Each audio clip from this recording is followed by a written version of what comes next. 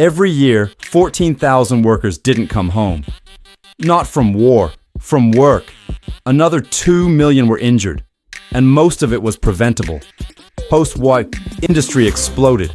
A chemical revolution brought new hazards, but safety laws were decades old. Workplaces evolved. Safety didn't. By the 1960s, the reality was clear.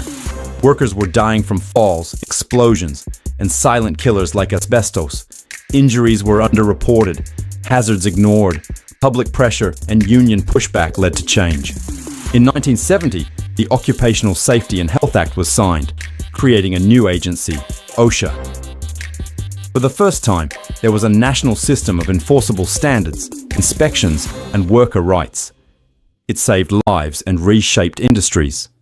Today, workplace deaths are lower, but new challenges like mental health stress and gig economy hazards have emerged. The risk changes, and safety must adapt. Laws don't save lives. People do. Every safety rule is written in the lives of workers who didn't make it home. It's our responsibility to honor them.